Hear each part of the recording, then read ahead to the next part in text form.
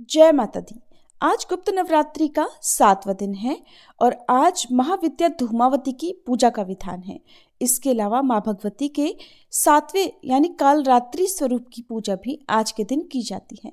लेकिन महिलाओं को खास तौर पर महाविद्या धूमावती की पूजा करते समय ध्यान रखना चाहिए कि महाविद्या धूमावती को श्रृंगार की सामग्री न अर्पित करें और न ही उनकी प्रकट रूप से पूजा करें, बल्कि मानसिक रूप से ध्यान करते हुए महाविद्या धूमावती की पूजा करें और पूजा में प्रयोग हुई सभी सामग्री जैसे पुष्प, फल, धूप, दीप आदि विसर्जित कर दें।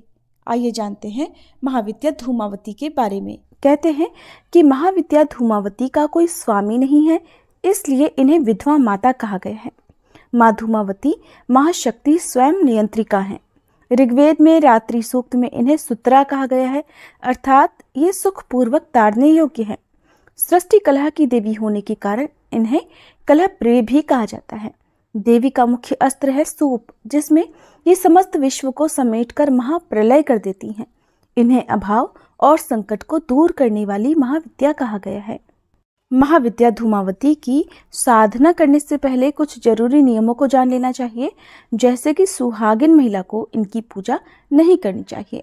जो भी महिलाएं गुप्त नवरात्रि के व्रत रख रही हैं, उन्हें आज के दिन इनका केवल मन से ध्यान कर महाविद्या से क्षमा प्रार्थना कर लेनी चाहिए और अपने घर में सुख शांति की कामना करनी चाहिए। महाविद्या धूमावती के प्राकट्य में 2 कथाएं प्रचलित हैं। पहली कथा के अनुसार जब देवी सती ने पिता के यज्ञ में स्वेच्छा से स्वयं को जलाकर भस्म कर दिया, तो उनके जलते हुए शरीर से जो धुआं निकला, उससे महाविद्या धूमावती का जन्म हुआ।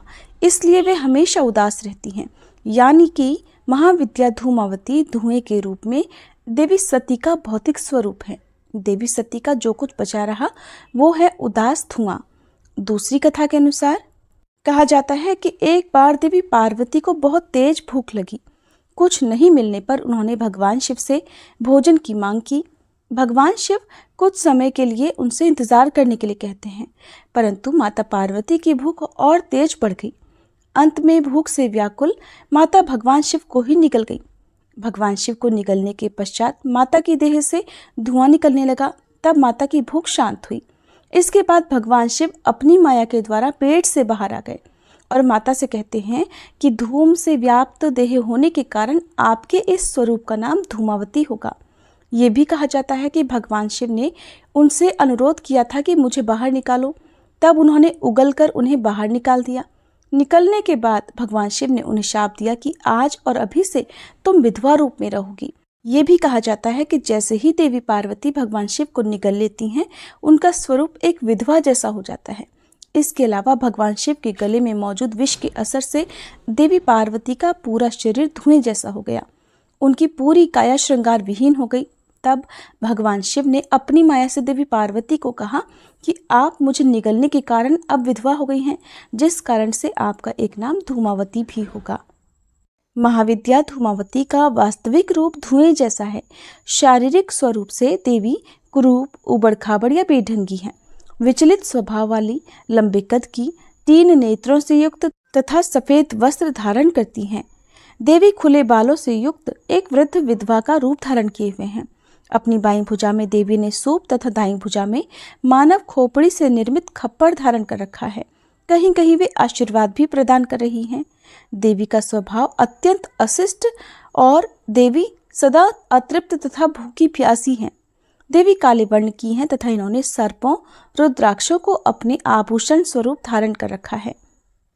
महाविद्या धूमावती भूमि में मृत शरीर से निसर्ग श्वेत वस्त्रों को धारण करती हैं तथा शमशान भूमि में ही निवास करती हैं। देवी धूमावती समाज से बहिष्कृत हैं। देवी कौओं द्वारा खींचते हुए रथ पर आरूढ़ रहती हैं। देवी का संबंध पूर्णतः श्वेत वस्तुओं से ही है तथा लाल वर्ण से संबंधित वस्तुओं का पूर्णतः त्याग करती हैं। महाविद्या धूमावती की पूजा किसी भी प्रकार की विपत्ति से छुटकारा पाने, रोग नाश करने और युद्ध में विजय प्राप्त करने के लिए की जाती है। वहीं इनकी पूजा करने से मनुष्य के संकट भी दूर हो जाते हैं।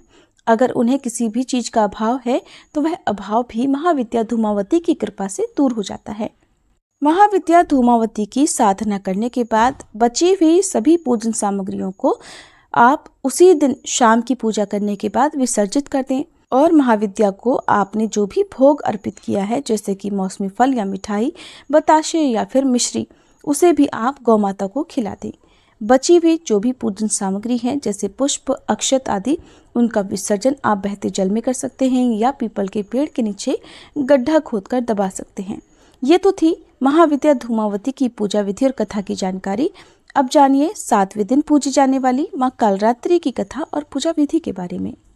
और माँ कालरात्रि का ये रूप अत्यंत ही भयानक है और अपने भक्तों की रक्षा करने के लिए माँ कालरात्रि सदैव तत्पर रहती हैं, इसलिए इन्हें शुभांकरी भी कहा जाता है। प्रिय श्रोताओं, अब आप सुनेंगे माँ कालरात्रि की संपूर्ण कथा, साथ ही सुनेंगे महिषासुर मर्दिनी स्तोत्र का हिंदी अनुवाद। जो भी भक्त नवरात्रि के पूरे 9 दिन तक सच्चे मन से लगातार महिषासुर मर्दिनी स्तोत्र का पाठ करता है अथवा सुनता है और दूसरों को सुनाता है, माँ भगवती की कृपा से उनकी सारी मनोकामनाएं पूर्ण हो जाती हैं। माँ कालरात्रि की 4 भुजाएं हैं। ऊपर की दाहिनी भुजा से माँ भक्तों को वर प्रदान करती हैं, निचली दाईं भुजा से अभय देती हैं, जबकि बाईं भुजाओं में माँ खड्ग और कटीला मूसल धारण करती हैं। माँ कालरात्रि के केश खुले हुए हैं और गले में बिजली की माला शोभा पा रही है। ऐसा लगता है मानो बिजली चमक रही हो। क्रोध में माँ की नासिका से अग्नि की ज्वालाएं निकलती रहती हैं। माँ कालरात्रि गर्दभ यानी गधे की सवारी करती हैं। माँ कालरात्रि के इस भयंकर स्वरूप को देखकर असुर और नकारात्मक शक्तियां भयभीत रहती हैं, लेकिन माता कालरात्रि अपने भक्तों पर परम अनुकंपा दर्शाने वाली हैं। भक्तों के लिए सुलभ और ममतामयी होने के कारण माता को शुभंकरी भी कहा जाता है। श्री दुर्गा सप्तशती में महिषासुर नाम के दैत्य के वध के समय मां भद्रकाली की कथा का वर्णन मिलता है कि युद्ध के समय महाभयानक दैत्य समूह देवी को रणभूमि में आते देखकर उनके ऊपर ऐसे बाणों की वर्षा करने लगा मानो बादल मेरुगिरी के शिखर पर पानी की धार बरसा रहा हो। तब देवी ने अपने बाणों से उस बाण समूह को अनायास ही काटकर उसके घोड़े और सारथियों को भी मार डाला। साथ ही उसके धनुष और अत्यंत ऊंची ध्वजा को भी तुरंत काट गिराया। धनुष कट जाने पर उसके अंगों को अपने बाणों से बींध डाला और भद्रकाली ने शूल का प्रहार किया। उससे राक्षस के शूल के सैकड़ों टुकड़े हो गए और वह महादैत्य प्राणों से हाथ धो बैठा।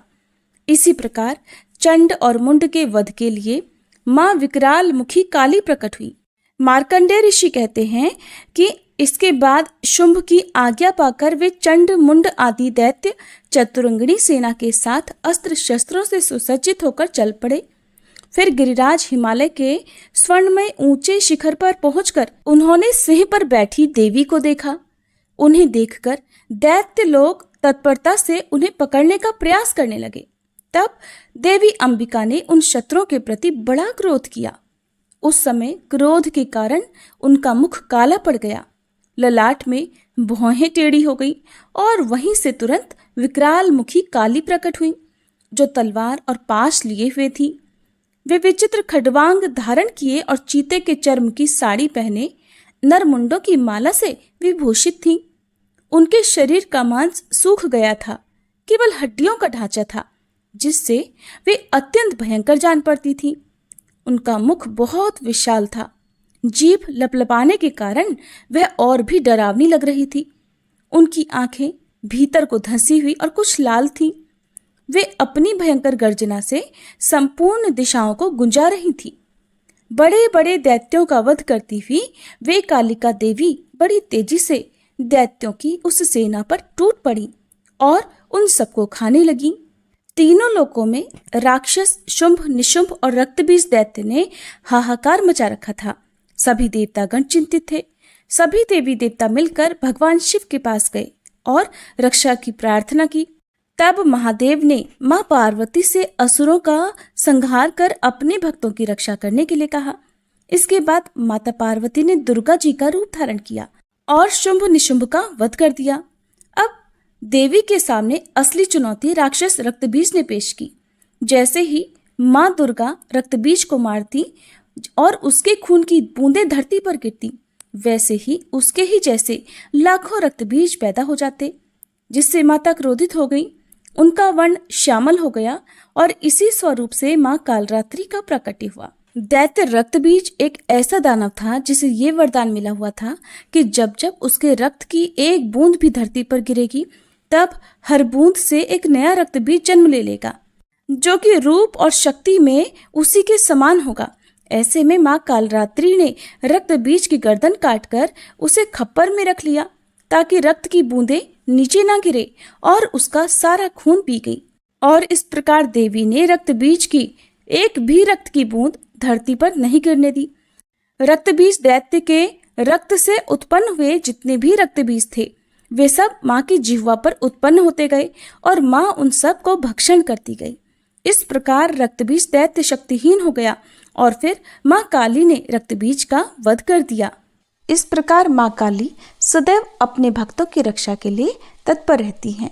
प्रेम से बोलिए माँ कालरात्रि की जय। प्रिय श्रोताओं, अब आपको सुनाते हैं माँ नैना देवी की कथा।